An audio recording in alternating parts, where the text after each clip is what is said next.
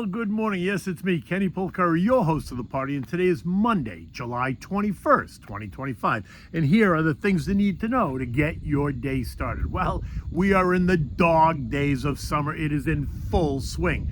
It is a big earnings week, but next week is going to be a big earnings week as well. This morning, oil is down, gold is up, bonds are up, and yields are lower. And Chrissy Waller, well, Fed governor, he continues to push for a rate cut. The FOMC decision is now just 1 week away. And what do we have for dinner tonight? Well, it's a side salad. It's a Southern Italian bread salad. Simple and so easy to make. All right, I'm going to be joining Cheryl Casone this morning on Mornings with Maria at 8:20 on Fox Business. Be sure to tune in. Okay, so look, Friday's session was a classic dog day of summer reaction. The Dow lost 142 points. The SP slipped just 1. The NASDAQ inched up by 10. The Russell was at 2,000 fell by 13 points. The Transports dropped 110 and the equal-weighted S&P gained 2. Meanwhile, the Magnificent 7 rallied, adding 192 points, reminding us yet again where the market's strength remains concentrated. Away from equities, Bitcoin closed at $117,000, gold gained $13 to settle at $33.58, and oil finished the week at $67.43. Bonds rallied, sending yields lower. The 2-year is now yielding 3.84%. The 10 years at 4.37, down from 4.45 last week. The 30-year sits at 4.95, down from 5% last week. The TLT and TLH rose by 1/10 and 3/10 respectively. On Friday, Fed Governor Chrissy Waller reiterated the case for rate cuts, claiming the labor market is on the edge.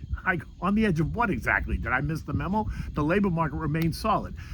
We added jobs in the latest NFP report. Unemployment actually went down to 4.1%. Initial jobless claims have declined. Even the JOLTS report doesn't show any real weakness. But Waller's not talking about where we are. He's making a case for where we're going. He's looking forward and saying that weakness is just around the corner. And I say, really? Here's what's actually happening. He's auditioning. See, Trump has made it clear that he wants a new Fed chair, and Waller is raising his hand to publicly challenge JJ. It's a political move, but don't expect a rate cut next week. Fed futures are pricing in essentially a zero chance that we're going to get a cut. Now, without any major data shift or surprise, it's just not happening.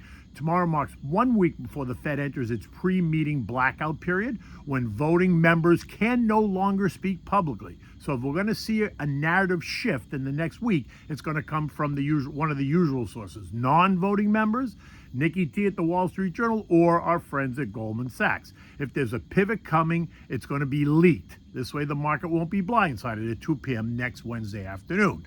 Earnings, well, we are in the thick of it. So far, second quarter earnings have been solid. Roughly 78% of reporting companies have beaten on the bottom line estimates, right in line with the long-term averages.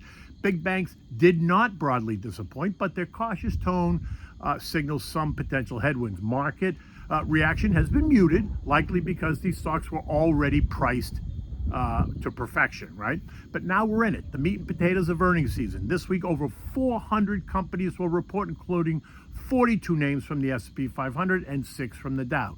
Key names to watch: Google, Tesla, IBM, Verizon, Coke, General Motors, Honeywell, Sherwin-Williams, Lockheed Martin, Halliburton, Northrop Grumman, KeyBank, Philip Morris, Circle, and Capital One Financial. These names represent internet media, autos, IT services, wireless telecom, beverages, industrials, chemicals, defense, oil services, tobacco, and consumer finance. The diversity and weight of this week's lineup makes it critical for the markets. Focus is not just on the numbers, but certainly on the guidance, as it always is. Economic data is light today, but it's heavy later in the week. Tuesday, we're going to get the Philly Fed non-manufacturing index, so think services. We're going to get the Richmond Fed manufacturing index, expected to be -2. Wednesday, mortgage apps and existing home sales, which are expected to be down 0.7%. Thursday, the S&P Global Manufacturing PMI expected to come in at 52.5, which is in expansion territory. S&P Global Services PMI expected to be 53, also in expansionary territory. New home sales expected to be up 4.3% versus last month's -13.7, and building permits are also due. Friday, we're going to get durable goods orders and capital goods ordered and shipped, a key component of economic health. We're also going to get the Kansas City Fed services activity. This morning, oil is down 23 cents at 67.11. Last week, it looked ready to break out, but it stalled and is now testing trendline support. OPEC Plus is pumping more oil than they expected, with further increases expected in August. So this isn't a supply issue; it's a demand story. And I believe it's going to stay that way, right? More demand, global economy is fine. Gold is up $14 this morning, holding above the trend line, but not yet breaking out. If you draw a triangle from April's highs and lows, we're right at the apex of that triangle. My gut says that concerns over the August 1st tariff deadline is going to push gold higher towards a test at 34.70. Futures this morning, markets are higher across the board. Dow futures up 105, SP's up 16, Nasdaq's up 65, and the Russell's up 12. The VIX remains below all three trend lines, pointing to continued optimism and complacency. But keep an eye on the RSI, which is flirting with overbought territory. You need one bad headline, and that's going to shift the mood quickly. European markets are lower this morning. Italy's down 1%, while the UK's down 0.1%. UK consumer sentiment dropped the most in 3 years, and unemployment rose to 4.7, the highest since 2021. Like here, the focus remains on earnings and the upcoming August tariff deadlines. There's no deal yet, but negotiations with the EU are ongoing. The S&P closed on Friday at 62.96, just down 1 point. We traded up to a new high of 63.15 before pulling back. This morning's futures suggest we're going to test that again. Remember, we're in uncharted territory. You can draw a trend line that signals a top, or you can draw one that signals we got more room to run. I'm leaning towards topping out because things feel too good up here for me to chase anything. Keep new money in your government money market fund earning you 4.25% and wait until we get more clarity around August 1st. You want to talk strategy? Let's review your plan. Call me for a complimentary, no obligation portfolio analysis, 561-931-0190. All right, what do we have for dinner tonight? It's a Southern Italian bread salad. It's a side dish. It's perfect in the summertime. For this, you need fresh cucumbers, red onion, tomatoes, a loaf of pane di casa, unsliced, right, Italian bread, salt and pepper, oregano, cold water, and olive oil.